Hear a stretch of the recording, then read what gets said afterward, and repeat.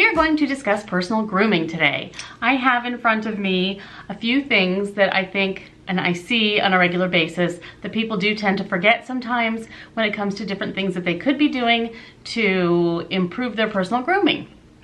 None of these things are very expensive, just super simple things I think many people forget. So anyway, a lot of this is tongue-in-cheek. Keep it in mind, take it all with a grain of salt. Just suggestions. Yeah, I'm not perfect. Nobody is. Nobody even wants to be. So there you have it. We are going to talk about, we're going to call this Personal Grooming 101. For me, these are all things I do use everything because I feel it's important. And one of the main reasons I think it's important is because I purchased this first item. This is a large, magnified, lighted vanity mirror. Oh boy, does this work. It's sitting on my vanity in my bathroom every day. This is what I use to put my makeup on. And in this, you just flip it and you can see it, you know, magnified, and you see every little thing and it's all lit up. Boy, do you see it. Yes. So many people say, oh, well, I don't want to see all that. You know, well, yeah, you do. Because we all see that. And so you really don't want to be the one with the giant hair growing out of your chin and no one told you and there it is. And unless you really do want to be that person, that's fine, you do you. But if you really feel like you'd be horrified if months later you found out you had a hair this long growing out of your chin, which I did see just the other day from someone, and I know, I mean, it was a very well put together lady. She looked like the perfection of personal grooming. So I know that this woman, I'm not saying anybody is not trying. I'm just saying it's easy to forget these things. So first of all, get yourself one of these type of mirrors of some sort. They have so many different kinds. I will link, I can't find this exact one. I got this like 5 years ago, but I linked a similar type of one. I got this from Frontgate in case you're interested, but they don't have the same one again. But I will link below another one that I found that seems to be similar in what it does. But they have all sorts of kinds and just the handheld ones and different price ranges and everything.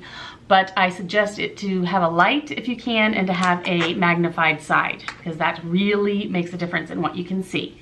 So once you have this baby in your life, you need all these other things because you then see them. So anyway, first off, once you have one of these and you're looking up close, you know, to yourself, you will definitely want to grab a tweezer.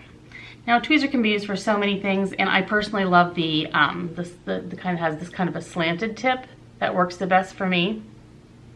But tweezers work for so many issues on your face. Obviously, hair is one of the, you know, most common ones where you want to tweeze yourself to pieces if you see random hair like right here or whatever. But that gives you a chance to really look and see what others are seeing. In broad daylight, especially, boy, you can see so much. So get yourself a tweezer. Whichever kind is the one that works best for you. And once you have one and you're in your light, just take a few minutes, take a good look around, see if there's anything you need to pluck. Yeah, helpful. Also, now this may sound like double strange, but I honestly do use this, a pen light. Now this is an LED pen light. It just highlights even more, you know, of your face. You can really get in there. You can be looking in your mirror and you can have the light on and you're still like going like this, you know, and you say, oh boy, and you can really, you know, with this too, you can really see it on the magnified thing and you can get that piece. You can look in the back of your throat. I've done this before and I'm sick. I'm like, ah, you know, look at You can look up your nose. You can look wherever you want to look. And it really, really helps to have this extra light to really pinpoint what it is you're dealing with or any kind of a blemish or whatever. So if you want to get super crazy like I am, get yourself a pen light. Simple to find. This is by Energizer or whatever. Just change the batteries. They work for a good long time. Speaking of looking up your nose, I had the distinct pleasure of having dinner not too long ago with a gentleman who had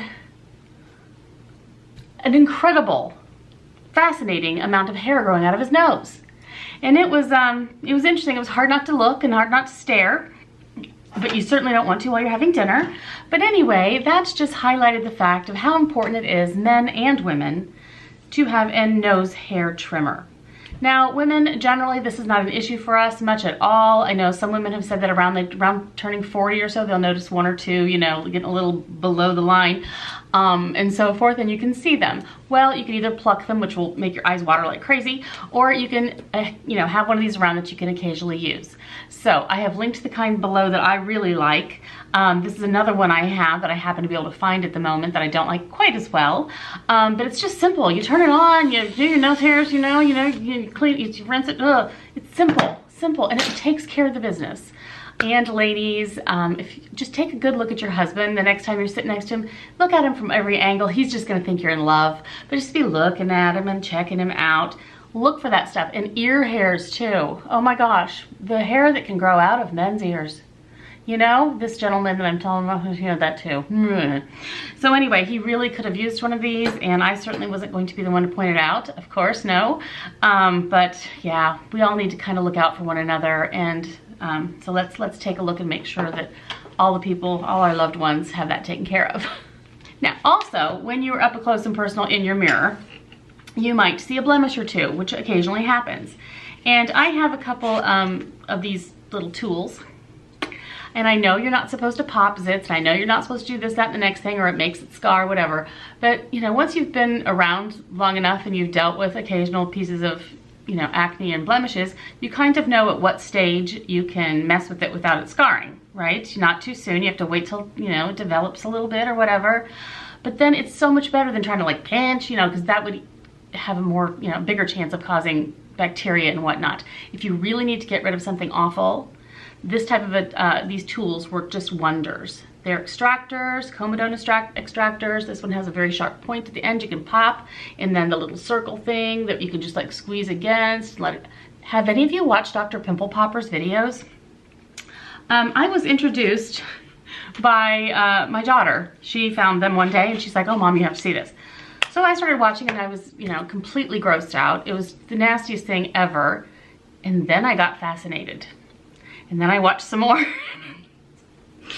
Confession time. Yes, I actually decided that I can watch that without dying. And it was very interesting. I feel terribly sorry for the people that have such massive problems with acne. I really do. That has to be just a hard thing to go through. But if you watch one of those videos, you totally see that she does the exact same thing that you'd be doing with these. She's a professional. She even has her own kit that you can purchase. So yeah, if you just watch one of those, if you can stand it, you'll see the exact technique and you aren't going to have to worry about it. So those work out really well. There is that.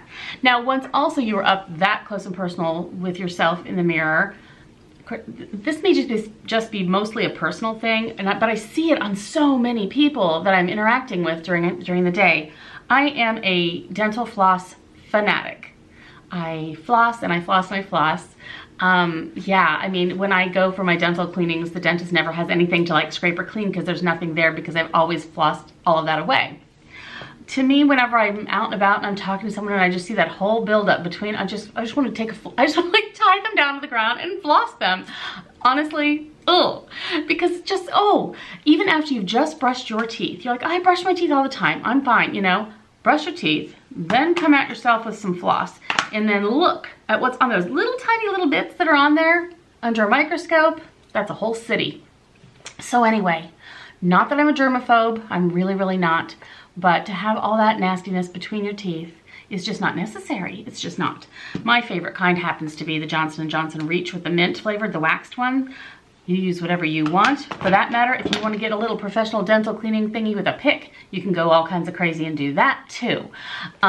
If you really want to get in there, it has two different like picks on each end and then this mirrored thing. Be very careful not to scrape your enamel. You know, you need to know what you're doing a little bit, but at least floss. And again, see that your loved ones are doing it. It's very important not only just to not gross out people you're talking to, but also for all your health, your dental health. Apparently it helps with your heart even. So yeah, floss is hugely important. I think so many people forget about it. Their dentist bother them to do it and they're just like, yeah, whatever. And, or my gums bleed when I floss. Well, yeah, they bleed when you floss because you haven't been doing it. Once you do it and they're all cleaned out and it's all wonderful, then it'll all be roses. So yes, there's that too. And then one final thing that I have to say is it's toward the end of summer here where I am, and I'm not going to be seeing this much more, but all summer long, I've been accosted with nasty feet. Now, it goes without saying that we obviously want to trim and clean our toenails. You know, I'm not going to show you a nail clipper, although some men I feel like need to be told. But ladies especially, I notice that they're walking in sandals. They have these beautiful shoes, and of course I'm checking out their shoes, and then the back of their heel, it has those, you know, yucky parts, or they're around their toes. Come on, no, no, no, no. So this is what I use every time I get out of the shower, pretty much. I just check to make sure I don't have any area I can just buff away. It's called Diamond Cell, and it's got these little bitty diamond bits on it, but use any kind of a callus thingy you want. But I just know this one works so, so well, and it lasts forever. I've had this forever and ever and ever. This is not worn down. It's gentle enough not to hurt anything. It doesn't even, you know, feel like it hurts at all. It just gets all of that off, and you have baby smooth feet. Just stick some moisturizer on there and you're good to go. So I highly recommend that you take a little bit of extra time to look at the condition of your feet, especially the back of your heels, which you probably don't see very often. You see your toes a lot. They're kind of cute, but look around back there. Make sure you don't have any of that crusty stuff, because that's not good. And then that's what we see when you're walking in front of us. So yeah, or I'm having dinner and I'm looking at your feet because you have cute shoes. So anyway, this is just my public service announcement to remind everyone of all these different little things that I know we're all taking care of, but maybe sometimes we need reminders.